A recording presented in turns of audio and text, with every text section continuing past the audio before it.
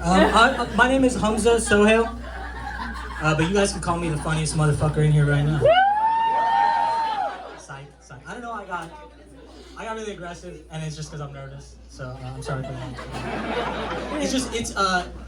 It's hard to get stage time. Am I right, fellow comics? Yeah. Yep. Because of some stuff I did in the war. Psych 2, the sequel. No, I am glad to get some time tonight. It's been a really rough year, 2 or 3 years now. To do comedy, you know, because of the Joker movie. Fuck the whole game up. It's like the scariest thing a dude can tell you he does now is being like an amateur stand-up comedian. You know how brave it is that I'm here right now, doing this with this haircut? Like, it used to be so chill if you told girls that you were a comic when you met them. They'd be like, ooh, tell me a joke. And now I tell a girl I'm a comic and she's at the bar ordering code word drinks. Bartender, can I get an Uber? You know? So, it sucks because I moved. I'm from Texas originally. I know. You can tell because I carry myself like a man. No, but it was sketchy because I moved to like Washington Heights when I moved here. I was living between 181 and Dykeman. If anyone knows that. Yeah. That's where they shot the Joker movie. So if I had a bad set, like I bombed, I would have to take the same train as the Joker and just kind of like look out at the train, you know, and go past the fucking steps, you know. And it sucks because I also spent a lot of time in my apartment thinking about Zazie Beetz. And what it would be like if I like helped her with like, you know, her groceries and she's like all my jokes and stuff.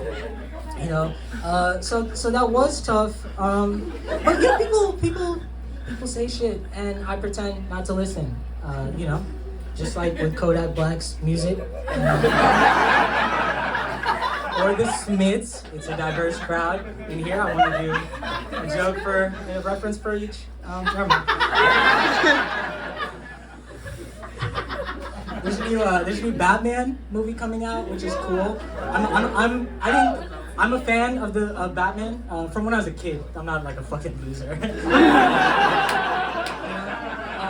But I think, you know, like Batman's kind of like a meme now, you know. But I think he's cool. Everybody's always picking on Batman. Oh, Batman doesn't have powers. Batman's a freak. Batman's a fucking fascist. You know, why doesn't he use his money to fucking alleviate, you know, the source of the problem and shit like that?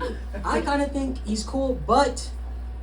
You know, there's something that really like messes me up and no one ever talks about it, and I'm hesitant to share it, you know, because it's ruined Batman for me. And you know, we had a rough couple of years, like I said, and we lost a lot of heroes already, and I don't want to take like Batman, you know, away. I just think the most fucked up thing Batman does is he still makes Alfred do butler shit.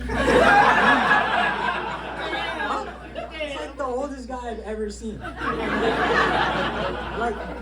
Alfred is the first old person like that gets dialogue when you're a kid. You know, like they're all in the background usually, but Alfred's fucking whole, you know. And I don't get it because, like, for what it's worth, he knows how to use the computer and shit. You know, he was on there like helping with a case. And then what? Like he just asked him to make him like a bis afterwards. Clean the, you know, like restock the guest rooms and shit. He's like a 93-year-old man putting on a 3-piece suit to do manual labor. And it just really fucks me up. You know, because Batman's like, I am justice. But like, you know, elder abuse is arguably like, in society. So it's just tough. I don't get the dissonance. You know, but people say all types of shit. I think I'm sensitive when it comes to old people. Really, like I am. It's been a rough couple of years. And I was really close, to be honest, with my grandparents, and they all passed over the pandemic. And I was real close with my grandpa, and so that hit me. We're losing our elders, man. We're losing stories, man. We're losing our ancestry. And they don't really make people like that anymore, to be honest. They just don't. I've met a lot of y'all. I remember my grandparents, and it messes me up. My grandpa and my grandma, they were married for like 70 years. And it's not because they were married young, because I know what I look like and stuff. I mean, they have like a normal age marriage and they got really old, and my grandma was sick for like 15 years of that. It was all the ones at the end. They didn't like split it up or anything. They could have. They had a lot of time. But my grandpa, like, he took care of her for like 15 years. And I never saw him like complain really. And he always had the same expression on his face. And one day she passed and he didn't break at all. I never saw him show like emotion like that. And I was hanging out with him once, I remember. And I had just gone through a breakup, and I asked him, like, I was like, how do you make something like that work? Like, how do you maintain for like, what, 70 years? And he said, like, he didn't even hear me. He said, if you ever want to make a woman fall head over heels, push her wheelchair down the stairs.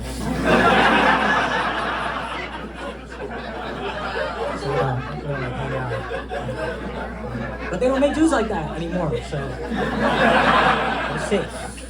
That's a pretty bad joke about murder. That's a pretty good joke about physics. So like not a lot of letters, How am I doing on time? How much am I Like you're a little over 7. A little over 7. Well, I've always thought of myself as a little over 7. I'm gonna go double or nothing. Let's try and lose you guys. It's cool that a new war started today, but I'm not gonna do anything topical. That shit is super lame. But I do think that means I can talk about 9/11 now. But I'll take the long way there. Like, I'm not gonna crash into you. No, seriously, it's cool. It's not gonna be that bad, and it's chill. Cause I'm Muslim, so this one's on me. Kind of, giving back after the whole thing. It's crazy there was a guy named Quran here, and it's not me. No, I think it's crazy that like famous people do this thing where they're like, oh, you can't, especially as a stand-up. A lot of comics, the worst ones, they're always like, you can't do anything anymore, man, because of cancel culture. You can't really say anything. Or celebrities, can't do anything because they cancel.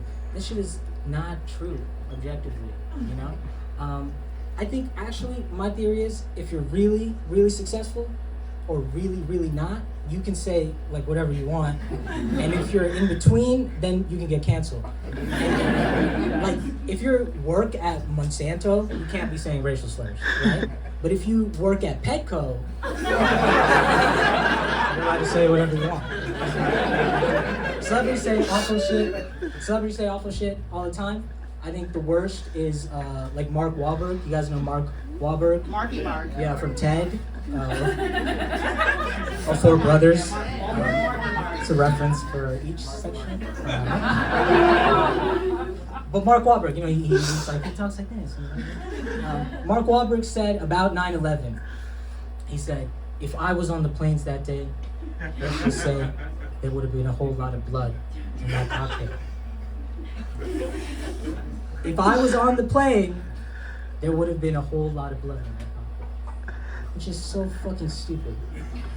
Because there were like 4 planes on 9/11, So in like Mark Wahlberg's like dream theoretical version of like reality, 9/11 still happens, but everybody knows he's not a pussy.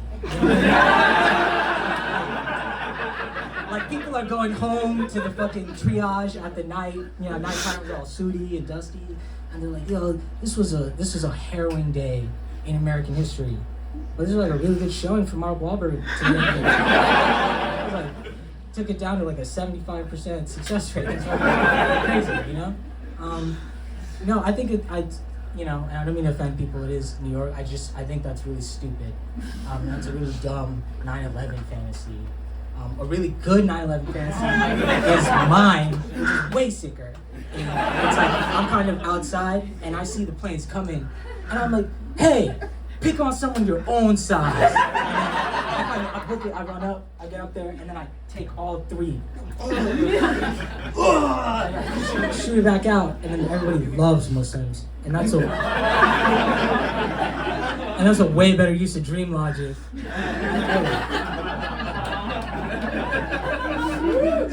That's a pretty bad joke about murder, but it's a pretty good joke about physics. So. Follow me wherever. Follow me outside.